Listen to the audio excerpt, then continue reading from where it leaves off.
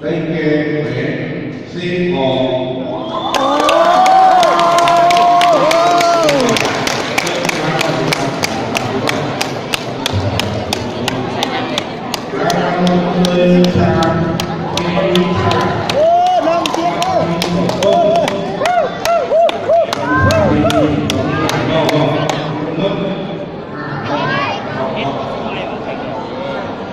ส่วนที่หนึ่ง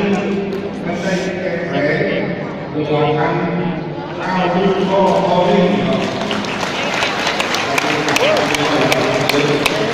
องได้แก่แหวนผู้หลงใจเอาดูร่วมและผู้สามแก่แหวนสวรรค์ที่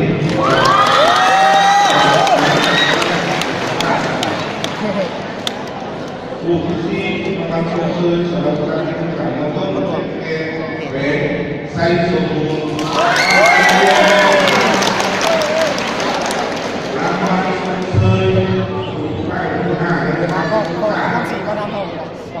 ได้แก่แหวนรวมราคา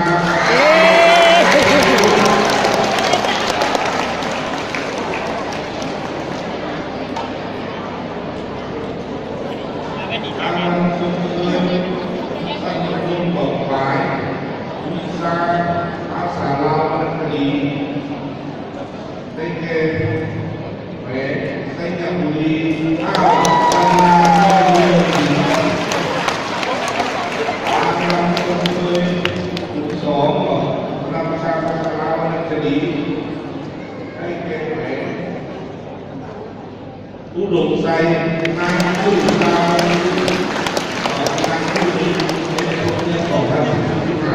เกี่ยวได้ยังเป็นได้ที่ได้รับเข้าแข่งขันระดับ3ชั้นม .4 เนาะเลยได้ระดับ12นะครับทีนี้ได้ระดับเซอร์เรามีการพัฒนาเป็นรอบเลยรอบผู้ที่3นะครับเซอร์สาขาวรรณคดีเป็นแก่นางวรดาเจริญศิลป์และรวมพลัง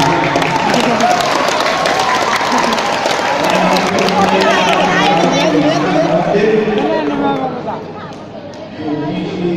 เป็นแก่นางปารินาแสงชนะมาจากแหล่งสาระ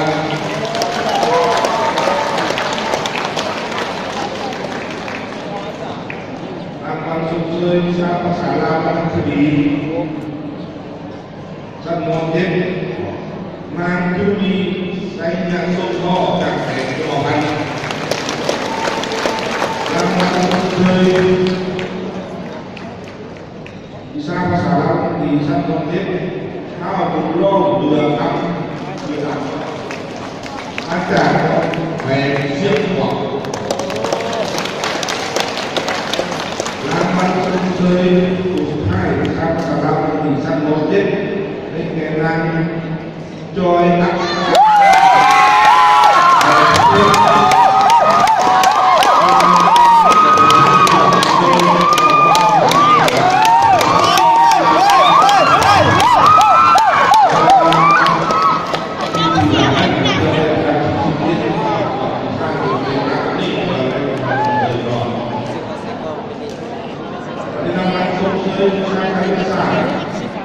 ท่านมองหมาย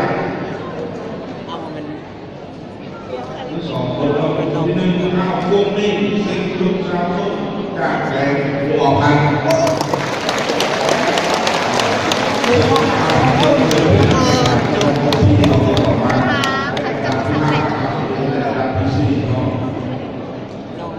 และที่สองเป็นแก่นางเที่ยวมีมิตรโดจากแหล่งจำพรรดิ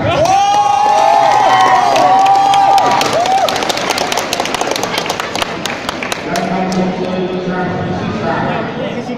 ได้แก่ข้าวเยี่ยมจากแหล่งไซยบุรีรางวัลส่งเสริมวิชา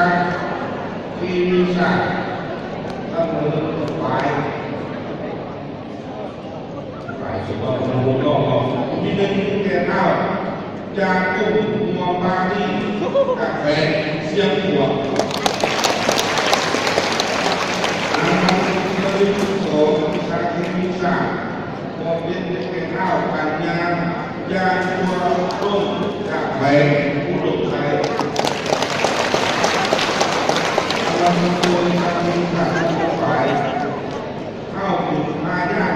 ใส่ตอนตัวเบี้ยจากไปใส่สุด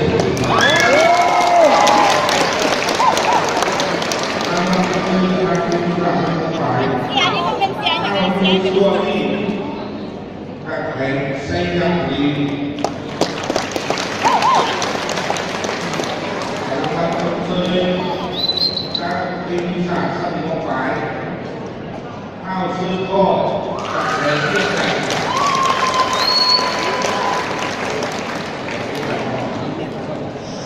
รางวัลสมเสยสุดท้ายวิชาเป็นวิชาเป็นแก่ข้าวสุกินพ่อจากแผนสมองพันธุ์เ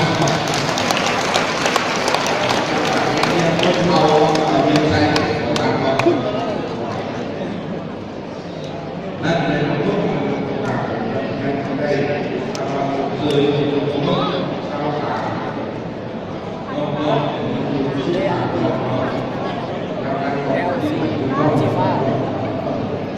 ท่านเพียงเทียบก็รางวัลที่ของผู้ซื้อทางที่ได้กล้าสมทบเอาหลักเงิน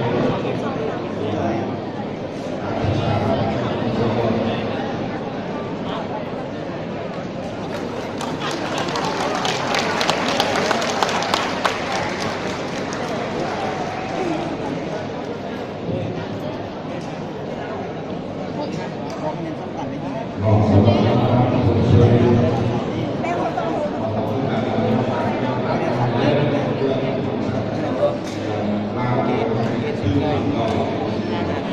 ซึ่งคุณทางการนอก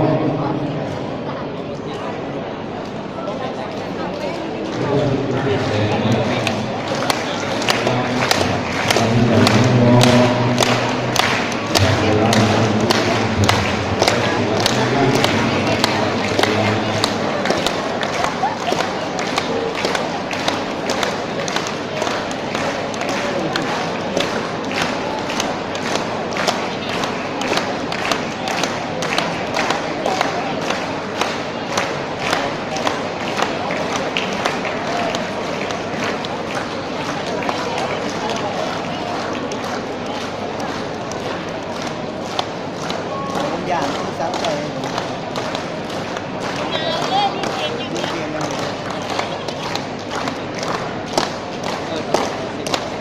ที่สองตัวเนี่ยเวลาเดินหน่อยเดินหน่อยเขาดู